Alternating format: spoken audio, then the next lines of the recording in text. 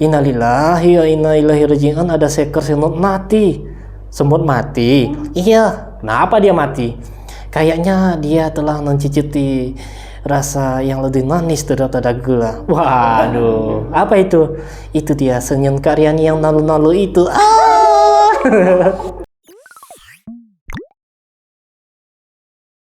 Assalamualaikum warahmatullahi wabarakatuh. Selamat siang Bensana Info Sumber. Kalau misalkan setup ruangan ini udah kayak begini, siang ini berarti kita bakalan podcast.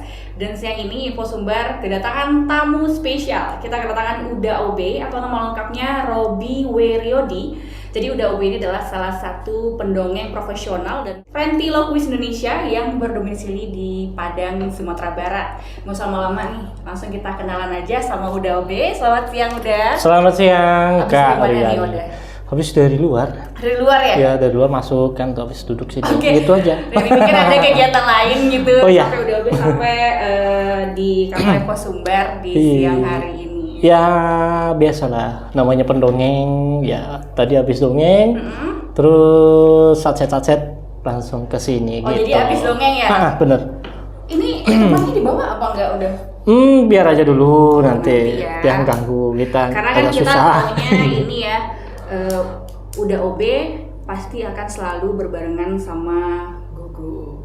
Jadi ini sebelumnya Riani pengen tanya dulu nih sama Uda OB karena ini sudah malang melintang banget ya teman-teman di Sumatera Barat sebagai penggiat literasi. Karena sebelumnya Riani juga dapat info nih bahwa Uda OB ini dulu juga salah satu penggiat di Tanah Ombak dan juga penggiat Vespa Pustaka. Itu bisa diceritain nggak udah apa kegiatan udah di Tanah Ombak dan juga di Vespa Pustaka itu? Ya, itu kalau kurun waktunya itu dari 2014 kalau nggak salah 14, ya 15 atau pokoknya waktu pastinya lupa itu. Jadi kurang lebih kegiatan itu adalah kegiatan literasi anak-anak gitu. Jadi ya untuk meningkatkan minat baca anak yang pertama, kreativitas anak, dan pokoknya merancang kegiatan-kegiatan yang hubungannya itu memang sama anak-anak gitu ya. Jadi anak-anak ya, kenapa akhirnya kayak udah tergerak gitu untuk memberikan literasi kepada anak-anak? Apa karena mungkin literasi anak-anak di Kota Padang sendiri itu kayak turun atau memang nggak ada sama sekali udah? Oke, kalau secara isu besarnya kan literasi turun dah ya, tapi kalau kita sih yang pertama emang senang sama anak-anak gitu, emang suka sama anak-anak dan ya pengaruh masa kecil kayaknya. Pengaruh masa kecil itu gimana maksudnya? Waktu masa kecil kalau ini suka dengan bacaan anak-anak dan bergaul dengan anak-anak itu menyenangkan bagi saya gitu. Dan juga pengaruh besarnya juga itu karena di Tanah Ombak dan Vespa Pustaka emang kesehariannya dan kesibukannya memang dengan anak-anak ya. Jadi lama kelamaan kayaknya ada titik temu dari kebiasaan dan kesenangan dan kegiatan waktu itu ya jadilah seperti OB sekarang ini gitu, yang tidak bisa lepas dari kegiatan anak-anak terlihatnya. Oke. Ya. Itu termasuk mencakup apa aja udah kegiatan anak-anak kan banyak ya, misalkan mendongeng, nyanyi, cerita atau apa? Kalau saya yang biasanya kalau di kegiatan di taman bacaan itu Tanah Ombak, Vespa Pustaka, atau di Balai Baca Rumah Baku, satu lagi yang saya dirikan di kampung halaman di Balai Gurah, menghadirkan kegiatan yang mana mendekatkan anak-anak dengan bacaan itu. Maksudnya itu kita tidak memaksa mereka untuk membaca, tapi memberi gambaran atau memberi stimulus kepada mereka bahwa ada loh kegiatan yang menyenangkan itu, yaitunya adalah dengan membaca buku gitu. Caranya mendekatkannya itu ya lewat dongeng, lewat nyanyi-nyanyian, lewat bermain-main tuh, dan semuanya itu bermuara pada buku. Begitu kita mendesainnya. Oke, jadi memang dikemas lebih menarik begitu ya? Iya, benar. Apalagi kalau misalkan anak-anak pasti senang dengan yang namanya cerita, fantasi, berhubungan sama hewan atau apa gitu ya. Imajinasi mereka lebih terbangun ya. Berarti ini udah OB sudah bergelut di dunia literasi anak-anak sejak tahun 2014. Jadi sekitar 8 tahun yang lalu ya udah ya? 8 atau 9 tahun yang lalu, itu udah cukup lama ya ternyata. Oke, ini gimana pada akhirnya udah OB ini ketemu sama Gogo. Sampai sekarang kita udah sering banget ya nontonin Uda OB. Mungkin buat yang follow Instagramnya Uda OB pasti udah pernah tahu nih cerita Uda OB sama Gogo itu udah kemana aja teman-teman. Boleh nggak udah diceritain sedikit gimana sampai akhirnya tercipta nih karakter Gogo? Jadi pada suatu hari. Jadi kayak kita dongeng ya. Nah, jadi pada suatu hari di tahun 2019 itu debut dongeng secara profesional saya dimulai gitu. Maksudnya secara profesional ya dikontrak dengan bayaran yang lumayan fantastis waktu itu, dan jumlah sekolah dan roadshow itu ada sekitar 20-an TK waktu itu. Ini di Sumatera debut Barat? saya di Sumatera Barat gitu. Di Sumatera Barat. Yang profesionalnya ya, tapi sebelum itu udah dongeng-dongeng ya keliling-keliling begitulah. Oke. Nah, dari 20 hari berselang itu ternyata itu makin membuat saya menjadi membuat kita menjadi semakin butuh dengan dongeng gitu. Dan kalau kata orang sekarang passion gitu kan, passionnya kayaknya sepertinya di situ deh. Karena kalau tidak melakukan dongeng aja dalam seminggu, loh, ada yang hilang dalam hidupku. Oke. Apakah itu? Ya. Oh, aku harus dongeng gitu. Jadi membangun kebiasaan dalam 20 hari gitu kan, karena ya begitulah. Dan dari 20 hari bercerita itu intens bangun komunitas karena kecanduan gitu. Ajak teman-teman bikin gerakan namanya mampir dongeng gitu. Mampir dongeng itu konsepnya ya kita mampir ke mana aja di mana ada anak-anak, kita mampir hadirkan dongeng. Dan khususnya kita akan masuk ke wilayah-wilayah yang tidak tersentuh kegiatan literasi anak. Oke. Maksudnya Ke desa begitu ya udah ya. masih di Padang sih, Masih di tapi Padang. Padang yang agak ke dalam itu, yang jarak ke perpustakaan tuh jauh, dan kesadaran bahwa bacaan untuk anak-anak itu masih kurang itu, dan akses buku terutama itu sangat jauh. Ya mungkin memang tidak di-provide oleh orang tua. Benar. Nah kita kayaknya kita bisa ambil nih peluang di bagian ini, kayaknya masih kosong, banyak kosong nih di Padang itu awalnya kan. Kita mampir ke sana kemari itu kan, ke beberapa wilayah gitu. Nah itu waktu masih mendongeng gitu kan.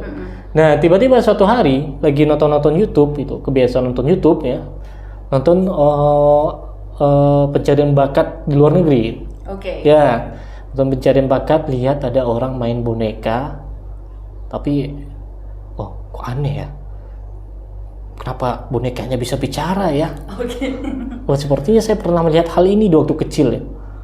Mungkin Iya. pernah lihat Susan Kak? Oh, iya. Iya, lihat itu kan. Nah, terflashback ke belakang. Oh, ini sepertinya seperti itu ya. Kayaknya saya yakin nih kalau ini saya bakalan bisa nih. Yakin gitu. Gak tahu aja waktu pertama kali lihat ada siapa ya waktu itu pertama kali lihat Terry Vetter, dia nyanyi impersonate banyak artis dengan bonekanya, artis luar negeri. Terus lihat Darcy Lane juga nyanyi dengan bagus pakai bonekanya. Kayaknya saya bisa nih kayak ini ya. Saya coba-coba kan. Oh ya, sepertinya saya nonton Lisa. Oh bisa gitu. Akhirnya muncul sendiri ya udah. Muncul sendiri gitu. Karena keyakinan itu akhirnya saya belajar aja sendiri kan, browsing. Ini apa sih sebenarnya gitu. Lihat di Indonesia. Wah, banyak ya pendongeng yang pakai boneka seperti ini gitu. Apakah ini dongeng atau bagaimana gitu.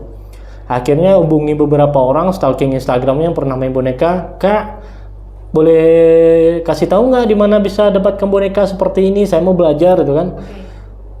Kontak orang yang di lokal di Sumbar, belum ketemu. Teman-teman adalah jalannya salah satu teman di Jakarta, kasih tahu loh, ini ada nih yang jualan boneka dengan harga segini. Ini pas nih. Saya rencananya mau belajar pakai boneka yang murah-murah aja dulu gitu kan. Nah, ketemu sama boneka itu. Pesan bonekanya. Itu gogo pertama kali. Benar, gogo pertama kali dipesan, terus belajar sendiri, lihat tutorial. Bukan tutorial, saya nggak karakter orang yang susah lihat tutorial itu, tapi lebih apa ya? Menciptakan karakter sendiri. Udah. Latihan aja sendiri, mencari caranya sendiri, gimana caranya agar saya bisa. Latihan pengucapan kan. Oh bisa, tapi mainnya serampangan aja gitu. Oke. Terserah aja, bukaan mulutnya nggak pas, suaranya nggak bagus itu. Terus karena kekuatan media sosial lagi, lihat di Instagram itu, ada nih komunitas namanya Ventriloquist Indonesia itu kan. Wah, sepertinya ini adalah jalan ninja saya tuh. Jadi pada saat itu akhirnya udah merasa bahwa oke, aku akan coba di sini dan ini bisa dilanjutkan untuk jadi media dongeng gitu ya. Betul, tapi beda sih kalau OB Jogogo sama OB yang berdongeng itu beda sebenarnya. Oke, itu gimana? Jadi saya lanjutkan dulu sedikit. Oke, Tadi soal komunitas. Nah, hubungi komunitas, ternyata bla bla bla segala macam, komunikasi dengan komunitas, mereka welcome semuanya, dan ya di komunitas ada kelas, belajar dengan masternya gitu kan. Bahkan masternya tuh emang luar biasa, mereka lulusan pencarian bakat di Indonesia juga yang terkenal pada masanya itu kan. Ada Suhu Imin, ada Kak Radit Fen dari Suci 6 itu kan. Sampai sekarang juga ada Pak Budi Haha, Kak Budi Haha, Kak Arya Enes, sekarang juga membina Kak Seto gitu. Oh, ketemu loh sama idola-idola masa kecil. Orang hebat ya di iya, sekarang satu grup WA. Kalau update status, loh, ini biasanya saya nonton dia waktu kecil, sekarang dia nonton saya gitu. Update story misalnya di Instagram gitu kan.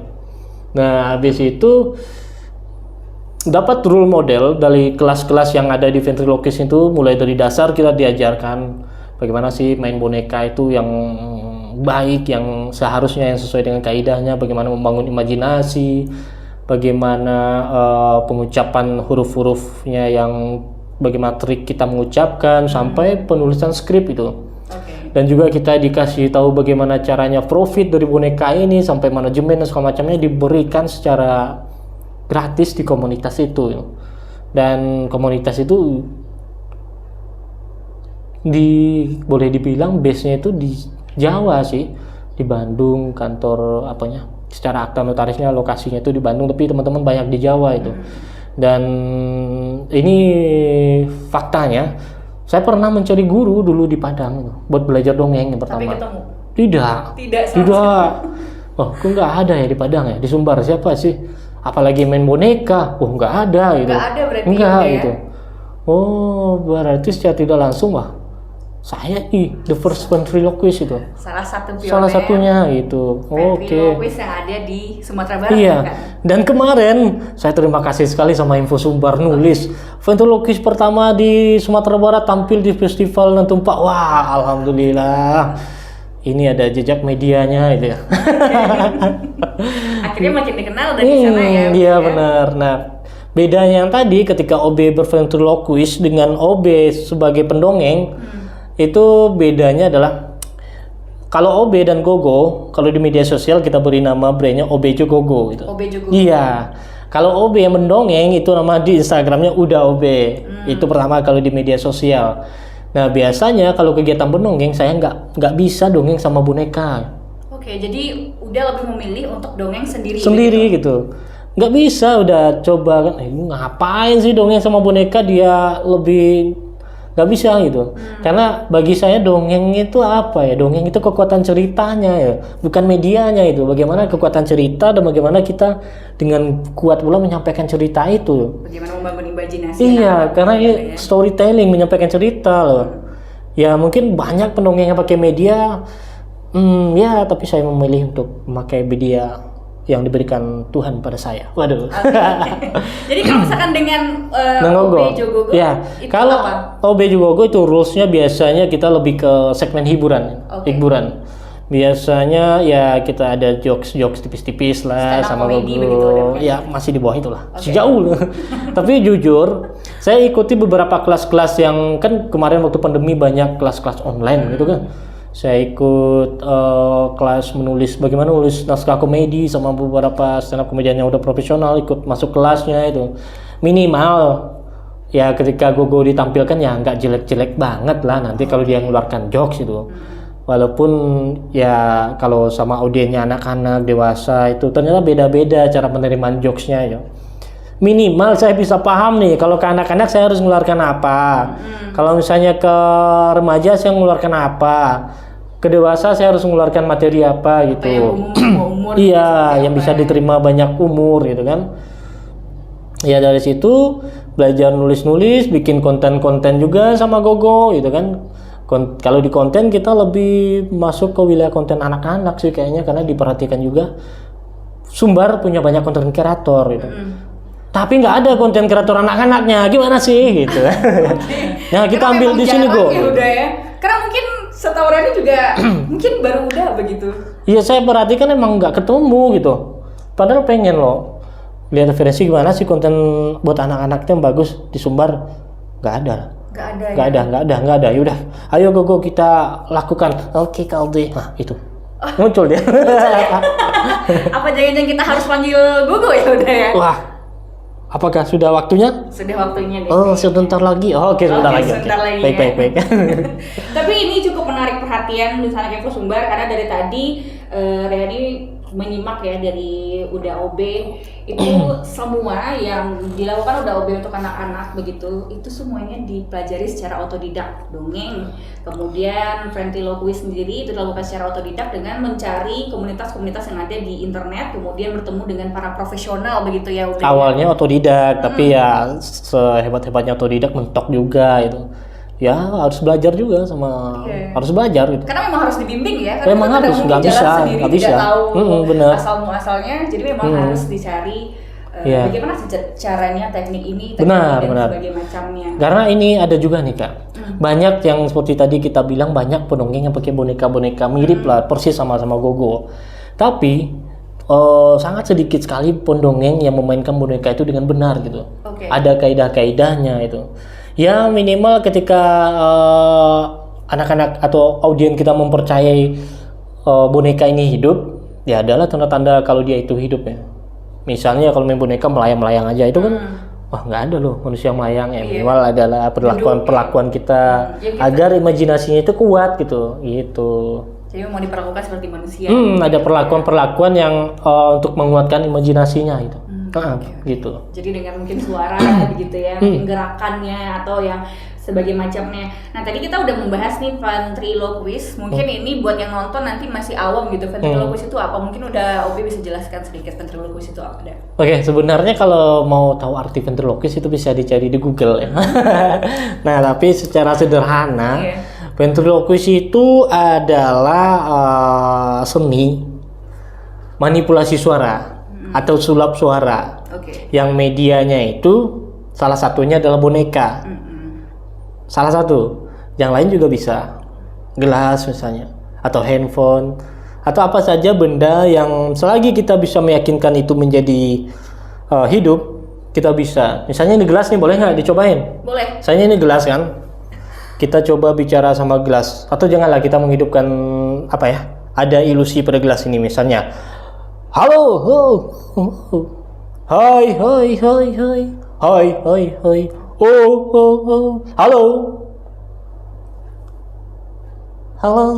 ya gitu misalnya. Ada patahan suaranya ternyata. Iya, jadi seakan-akan gelasnya itu dalam sekali kayak sumur gitu ya. Jadi echoing ya dia. Echo ya. Dalam suaranya keluar lagi. Jadi bagaimana kita mengimajinasikan sesuatu sampai dia itu jadi benda hidup beneran. Iya, seakan-akan dia hidup kan. Iya. Untuk menghibur teman-teman. Jadi selain boneka bisa benda lain? Bisa, telepon juga, pura-pura nelpon juga bisa, tapi nggak bawa handphone, tapi anggap aja ini misalnya telepon kan, kita teleponkan. Halo, assalamualaikum. Iya, waalaikumsalam. Aduh, gimana bang? Kabarnya bang? Kabar saya baik. Udah makan bang? Udah. Oh, banyak nggak makannya? Sedikit loh. Kenapa sedikit? Sakit. Oh, sakit. Makannya pakai apa tadi? Kaki tangan, kaki kesakit. Oh, gitu. Misalnya.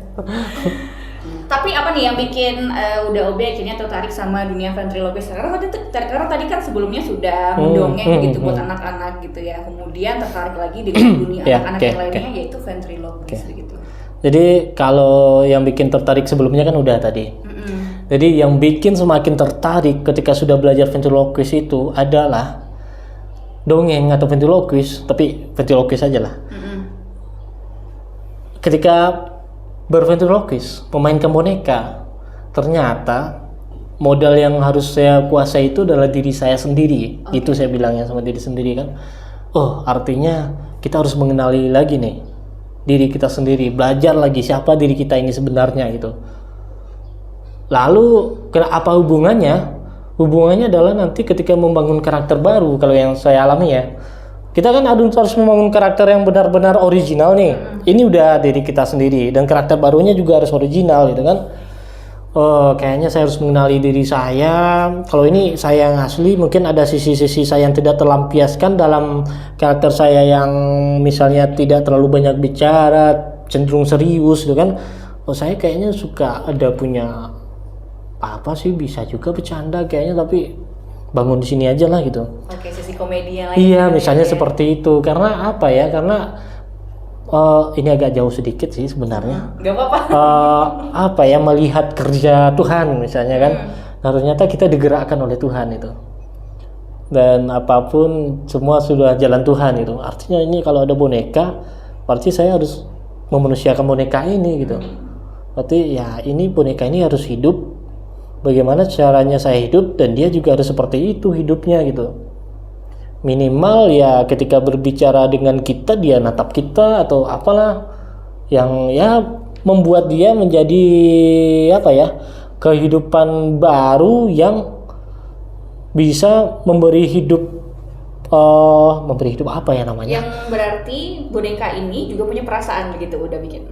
Bukan perasaan sih, tapi seakan-akan dia punya perasaan yang bisa diterima khalayak untuk kita menyelipkan pesan-pesan moral kita di dalamnya gitu kepada bonekanya itu gitu. Oke. Nah, sekarang kita udah boleh apa belum udah kenalan sama Gugu? gimana ya kok? Oh boleh kok, wah boleh kok. Oke, boleh. Iya, aku juga udah nggak sadar ini ketemu sama kakaknya. Waduh, sama kakaknya. Emang kamu kenal? Ya, Ninal kenalkanlah kamu. Kamu di mana? Di dalam. Oh iya, sebentar ya. Iya, agak susah nih. Oh iya, agak susah. Sabar. Iya, ada minum tuh. Ada kopi. Kan nanti aja ngopinya habis ini. Aku mau ngopi, janganlah nantilah. Tadi itu mau ngopi kau deh. Ya nantilah. Sekarang aja lah kau deh. Nantilah. Hai kak. Halo. Kenapa nggak ajak aku dari tadi? Sabar dulu, gantian dong. Ini rambut aku udah tutul. Bentar. Rapiin dulu biar ganteng ya. Biar ganteng. Ya kak. Aduh. Nah gitu dong. Iya. Ini bajunya nih agak keriput. Aduh, aku jadi malu. Tuh. Aduh. Ternyata Obi itu cakep ya. Gugu, sorry. Aduh, kok salah itu kak, masa tantang gini dibilang cakep. Weh, jangan situ dong. Kasian dong. Jadi kasian namanya Kobe-nya. ini udah OB dan Gugu. Iya, aku Gugu. Hai. Say hi dulu dong. Tolong tangan aku. Iya. Thank you. Iya. Gugu, apa Hai. kabar? Iya kakak, nama kakak siapa nih? Halo, kenalin aku Riani. Hah? Bisa salaman gak sih? Siapa kak? Riani. Oh, Noyhani. Waduh. Aduh, langsung aja nih Gogo. Gombal ya? Iya, dari tadi kita udah nanahan loh kok. Ngapain nanahan? Langsung aja kak ya. Ih, lucu banget sih kamu. Aduh, aku jadi malu tuh. Kamu malu dan bikin malu-maluin gitu. Atau sih? Enggak. Ini Gugu boleh aku interview juga nggak? I'm with you kak. Oh, aduh. Gugu tapi jawab jujur ya. Iya, oke. Oke. Gugu suka nggak kalau pergi jalan-jalan sama Uda OB? Sama kakak suka, sama kau udah deh ya. Enggak. Waduh. Padahal kan kita sering jalan lo dongeng kemana-mana semacam tuh. Iya, ini ada aku mau curhat nih kak. Apa tuh? Aduh. Boleh. Apa curhatnya? Aku dengerin. Kalau diam aja ya. Iya. Serius? Iya, serius. Jadi gini teman-teman, kakak. Jadi kan kami itu sering doreng-doreng gitu. Ya, pergi bareng. Diam. Nah, jadi kan sering kerja bareng gitu kan. Nah, yang sering itu aku menghibur orang. Oke. Terus nanti kan dibayar itu ya. Yang dari bayarnya ke Alde. Terus aku ini dianggap tahta aja gitu. Hah? Aduh. Berarti Gugu nggak dijajanin? Enggak. Aduh, jangan gitu loh. Nggak dikasih makan juga gitu? Enggak, rahasia perusahaan. Biarin aja. Jangan buka-bukaan di sini, nonton banyak orang. Dia semua orang tahu siapa Alde itu. Aduh. Nanti kita bisa laporin ya Gugu ya. Iya, kita lapor ke ini, ke Komnas Perlindungan Boneka ada ya? Kayaknya belum ada deh. Aduh, belum. Syukurlah belum ada. Aman aku. Gugu, aku pengen nanya dong. Ini katanya kamu udah ventriloquist barengan sama Uda OB itu dari tahun 2019 ya? Ya benar. Boleh nggak diceritain ini kamu udah kemana aja, udah ngisi acara di mana aja dari tahun 2019 sampai tahun 2022? Oh ya, aku tuh dari tahun 2019 sampai sekarang nih Kak ya. Aku tuh ikut Anak OB. Ya, ikut terus. Ya. Jadi aku nggak tahu kemana aja, tidak aja udah santai aja di satu tempat. Yang aku tahu, sejak 2019 sampai sekarang aku itu di dalam tas aja terus. Pernah dibawa naik motor kan? Naik motor Kak, tapi akunya di dalam tas gitu, gimana itu? Bisa dibayangkan nggak? Ya nggak apa-apa lah, sabar itu. Sabar, mana tahu nanti bisa dibawa naik jet pribadi. Ya kan nanti aku di dalam tas lagi, aduh. Kasihan ya Gogo ini. Tapi nggak apa-apa ya Gogo, at least kamu dibawa kemana-mana ke event-event yang banyak anak-anak begitu. Pasti semua orang suka sama kamu. Iya, aku juga terkenal. Iya, Gogo terkenal ya. Emang sih Gogonya lebih terkenal gitu, apalagi sama anak-anak ya. Dibandingkan udah ternyata Gogo lebih terkenal. Iya benar. Soalnya kalau habis tampil itu segala macam, bang, Gogonya mana bang? Loh, aku kan dari tadi udah sama Gogo. Dari awal juga udah dongeng sama kalian, kok Gogo aja yang dikenal itu. Ya kan udah tas itu, ya udah pas. Aku juga nggak dibayar. Ya kan, ya. Jadi kalau kan misalkan lagi ngisi event gitu ya udah lebih banyak minta fotonya sama Uda OB apa sama Gogonya? Ya sama Gogo. Oke. Iya aku. Tapi ya terpaksa harus mendampingi Gogo, dia suka takut ya. Iya, aku takut. Takut apa? Takut nanti dibawa. Dibawa sama siapa? Lah kayaknya selain kakak kenal. Wah. Udah pernah belum nih Gogo diajakin sama Uda OB keluar Sumatera Barat? Belum sih kayaknya. Belum, keluar Sumatera belum. Belum ya? Iya, belum ada kesempatan. Iya, tapi belum ada kesempatan. Tapi kalau misalkan pergi sama Uda OB paling jauh kemana? Kemana udah deh? Kemana ya kita paling jauh kok ya? Aduh, ya tokenya Sumbar aja deh. Ya di Sumbar aja ya. Oh, di Sumbar. Di mana iya. tuh deh? Di mana? Yang paling jauh ya? Yang paling jauh pernah pergi sama Gogo kita kemana ya? Masih dekat-dekat kayaknya. Masih dekat-dekat, iya. Berarti masih wilayah iya. Padang, Solo, Bukit Tinggi, Payakumbuh gitu. Ya kan dekat semuanya. Dekat ya. OB, sorry, ini salah-salah nih antara OB dan Gogo ya, kita salah-salah ya, karena ini aduh. Mereka sudah mirip berduanya ya, sana yang Sumbar ya. Yang satu lucu banget gitu. Jadi ini Reni pengen nanya, kemarin itu Reni sempat lihatin Instagramnya Uda OB, ternyata Uda OB ini punya satu boneka lagi. Itu siapa namanya Uda? Oh ya, ada 2 karakter lagi sih yang jarang dikeluarkan. Karena beda kayaknya kalau membawa mereka itu belum dapat feel-nya itu. Belum dapat feel-nya. Itu yang pertama. Terus waktu manggung juga kan biasanya manggung sekali banyak yang callback tuh, manggil ulang gitu. Mintanya ya Gogo gitu. Mintanya Gogo ya. Karena memang maksudnya sudah diingatkan para masyarakat gitu kalau udah OB itu pasti dengan Gogo sendiri. Iya. Padahal 2 karakter lagi itu siapa udah? Ada 2 lagi itu, satu lagi karakter orangutan, anak orangutan. Terus satu lagi karakter anak kecil juga. Yang satu orangutan itu karakternya ya agak hiperaktif itulah, sibuk gitu, suka ngurusin orang gitu. Kalau yang satu lagi ada anak-anak itu lemot banget. Iya, yang 2 itu nggak terkenal. Iya, nggak terkenal. Yang terkenal berarti kamu? Gogo yang paling terkenal. Oh iya dong. Iya. Kenapa? Aku gitu pengen aja. dong Gogo ceritain apa gitu pengalamannya udah pergi manggung kemana aja gitu, ketemu siapa aja. Sekalian sapa-sapa dong sama penonton YouTube kita. Oh iya, aku mau bilang bahwa aku mau gondolin kakak ini lagi. Mau gombalin kakaknya lagi. Disuruh cerita aku gombalin. Kan udah ada Kak Aldo yang cerita. Oke deh. Gombal aja ya? Iya. Mau Kak? Boleh. Oh, boleh. Tapi nggak pakai bahasa Indonesia ya? Oh, pakai emang bahasa apa? Kamu bisa bahasa lain ya? Bisa. Oke. Pakai bahasa Inggris? No. Bukan. Pakai bahasa Korea. Tidak. Tidak. Terus pakai bahasa apa? Bahasa Arab. Oh, bahasa Arab. Oke deh, silakan Gogo. Kak, siapa tadi namanya? Riani. Kak Riani. Innalillahi wa inna ilaihi raji'un. Ini sangat romantis ya. Waduh. Doakan Riani tenang di alam sana begitu. Bukan itu, Kak. Iya, gimana? Aku belum selesai udah notong aja nih kakak. Waduh, cepet banget kayak cintaku yang barusan jatuh sama kakak. Waduh. Apa? Maksudnya apa? Maksudnya itu innalillahi wa inna ilaihi raji'un, ada seekor semut mati. Semut mati? Iya. Kenapa dia mati?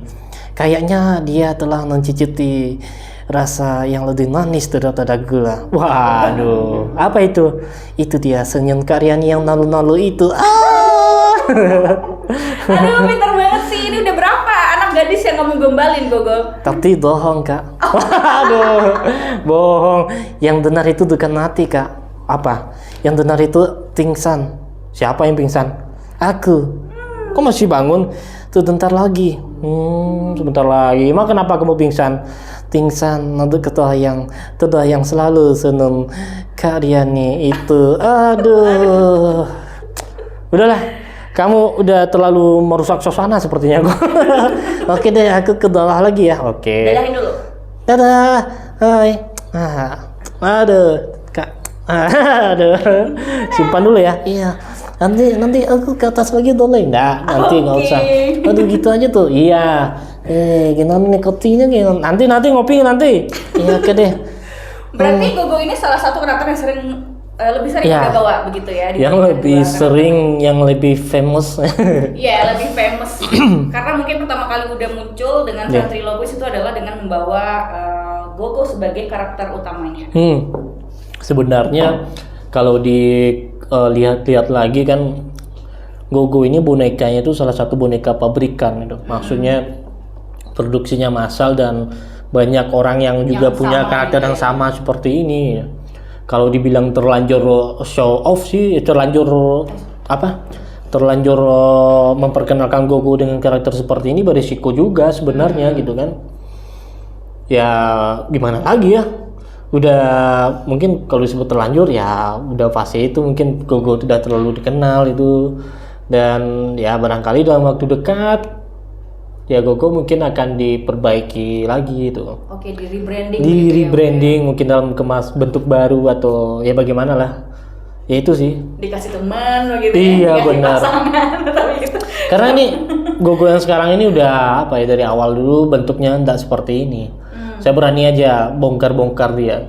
Berarti ini sudah ada editan. Perubahan begitu. Iya, sudah udah banyak revisinya. Mulai dari kakinya saya perbaiki sendiri, lihat boneka orang, kakinya jatuh. Gimana ya caranya bikin seperti ini? Wah, bisa nih, ini. Badannya dulu agak kecil, sekarang bisa agak digemukin dikit biar kelihatan gitu kan. Oh, lehernya pendek, susah kiri kanan. Oh, gimana ya caranya itu? Jadi itu tadi yang saya bilang, ternyata saya menemukan masalah dan saya mencoba mencari solusinya sendiri ketika berhadapan dengan Gogo gitu. Jadi banyak trial dan error begitu yang udah temukan, kemudian akhirnya ketemu nih solusinya. Iya, benar. Berarti nggak ada keinginan untuk, berarti ada keinginan untuk menambah karakter nantinya? Menambah karakter mungkin sih. Tapi yang utama dulu ya memperbaiki Gogo ini, karena sekarang itu Gogo dalam kondisi yang persentasenya itu rendah lah itu. Sudah banyak ini soal macamnya, sudah banyak yang tidak layak itu. Karena kita memainkannya yang paling tahu kan gimana rasanya boneka yang udah mulai nggak nyaman gitu kan. Ya itu. Oke, ini Dusana Info Sumbar ya, udah OB dan Gogo ini sudah banyak sekali udah banyak banget perolehan achievementnya ya. Dari tahun 2019 udah bersama Gogo. Itu Riani pengen baca ini beberapa. Di tahun 2019 udah OP dan Gogo ini pernah dongeng Susu Ultra Mini Tour 20 TK di Kota Padang. Iya benar, 20 TK tour kami. Waktu itu belum sama Gogo sih, waktu itu masih sama Gogo ini. Si sendiri dongengnya gitu. Oke, Iya. 20 TK itu lumayan banyak ya udah. Banyak ya, dan lumayan, dan dari sana juga menyisikan uang untuk beli gogo dari sana juga gitu. Oke. Kemudian mampir dengan keliling Sumatera Barat di tahun 2019-2020 ini masih ke TK. Ini yang tadi yang kita bilang kita datang ke wilayah-wilayah yang akses literasi, akses sama bukunya itu terbatas, itu kita datangi. Itu awalnya mulanya kan, sampai akhirnya kita menghibur itu dengan cerita gitu. Oke, jadi di tahun 2020 hari ini lanjutkan ya, dongeng kejutan kemerdekaan, Ayo Dongeng Indonesia. Kemudian menjadi pendongeng di acara Anak Cerdas Indonesia RRI Pro 1 Padang. Ventriloquist Show Bazar New Normal di Basco Grand Mall Padang. Pendongeng aktor virtual Kementerian Pendidikan dan Kebudayaan.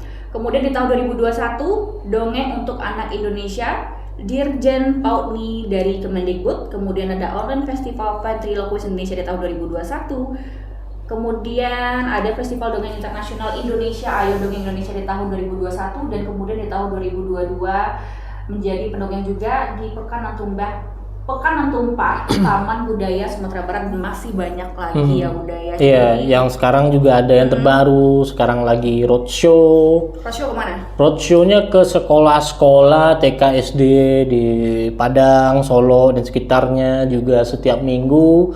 OB Jogogo bisa teman-teman temui di Christine Hakim di playgroundnya. Kita juga ngisi setiap minggu gitu. Itu kesibukan terbaru. Iya. Udah OB dan Jogogo ya. Ya, ada 2 kontrak yang sedang kami jalankan. Alhamdulillah. Ini buat yang pengen nonton nanti bisa kita ke Christine Hakim. Iya, tiap hari Minggu kami reguleran di sana jam 2 sampai jam 3 itu. Oke, setiap hari Minggu. Sampai akhir tahun 2022. Ya. Semoga berjalan terus. Lanjut. Mudah-mudahan terus gitu. Sejauh ini dengan yang udah OB lakukan begitu ya, menjadi penggiat literasi di dunia anak begitu pendongeng. Ini udah melihat perubahan apa belum? Apakah literasi anak-anak di Kota Padang atau Sumatera Barat ini udah meningkat apa belum udah? Sejujurnya gini ya, saya sekarang sepertinya saya tidak terlalu masuk ke wilayah itu. Saya lebih banyak mengekspor dongengnya, ekspor ceritanya. Karena dalam perenungan saya yang lebih jauh gitu. Ternyata saya menafsirkan, saya mendapat kesimpulan bahwa untuk hidup ini kita harus bercerita gitu. Dan kita hidup dari cerita. Kenapa gitu? Karena dari dalam kandungan sepertinya kita adalah cerita dari orang tua kita yang jadi kenyataan gitu. Dan ketika menempuh hidup yang baru, kita lahir sebagai anak bayi. Ayo nak, cepat besar.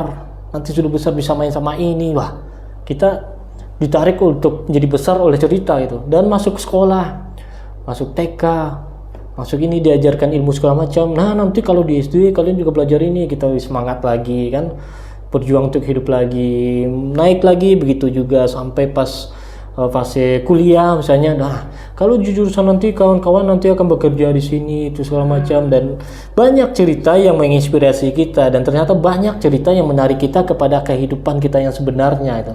Dan ya kenapa harus bercerita? Karena nantinya setelah hidup kita berakhir pun kita akan menjadi cerita gitu.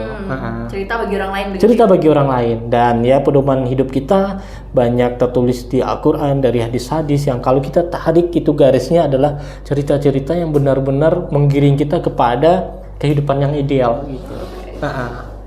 Oke, udah satu pertanyaan terakhir nih dari Riani. Bukan pertanyaan sih, tapi kayak boleh deh udah OB kasih mungkin satu petuah atau mungkin satu apa gitu ya buat literasi Indonesia, karena sebagai pegiat literasi di Kota Padang begitu ya. Ini apa aja yang harus kita lakukan mungkin biar anak-anak rajin baca, biar anak-anak tuh imajinasinya bagus begitu. Karena sebagai salah satu pioner ya udah bisa ngajak lagi nih anak-anak muda yang lain buat mengikuti jejak udah OB di dunia literasi. Kayaknya kalau disebut pegiat literasi terlalu berat ya. Karena saya nggak terbiasa foto dengan gaya begini. Bercanda, maaf pegiat literasi, bercanda. Ya karena Kak, sebelum ditutup nih saya mau bilang juga ya, karena saya lihat kegiatan literasi di Sumbar kok isinya cuma pegiatnya gini-gini aja ya. Oke, atau apalagi mungkin cuma ngebahas Iya. salah satu karya yang mungkin segmented untuk Iya dewasa begitu benar, ya. buat anak-anaknya mana gitu. Ini ada loh pendongeng loh. Ya basic untuk kegiatan literasinya ada juga loh, bisa lah kita kerjasama nanti ya. Gitu. Jadi semoga nanti ini semakin dilirik, oke ya, oleh dinas terkait yang mungkin memang peduli sama perkembangan edukasi dari anak-anak. Oke, baik, di sana Info Sumatera Barat. Sekarang kita sudah menyelesaikan bahas profil dari Uda OB selaku pendongeng profesional dan ventriloquist profesional dari Sumatera Barat. Ternyata memang ya, kalau misalkan kita ingin melahirkan sesuatu yang mungkin kita bisa bilang hebat begitu ya udah ya, sebagai seorang pionir begitu ya. Relatif lah. Kita emang harus mulai dari bawah, belajar dari bawah, kemudian mungkin dari masukan dari profesional dan ternyata hasilnya sangat bagus begitu. Apalagi ini menunjang juga edukasi buat anak-anak. Terima kasih yang sudah nontonin YouTube-nya Info Sumbar. Jangan lupa follow juga Instagram-nya Uda OB di mana? OB Jogogo. Dan juga Uda OB. Dan jangan lupa juga buat follow Instagramnya Info Sumbar. Terima kasih, sampai ketemu lagi di podcast selanjutnya. Riani pamit. Assalamualaikum warahmatullahi wabarakatuh. Udah ventriloquist bareng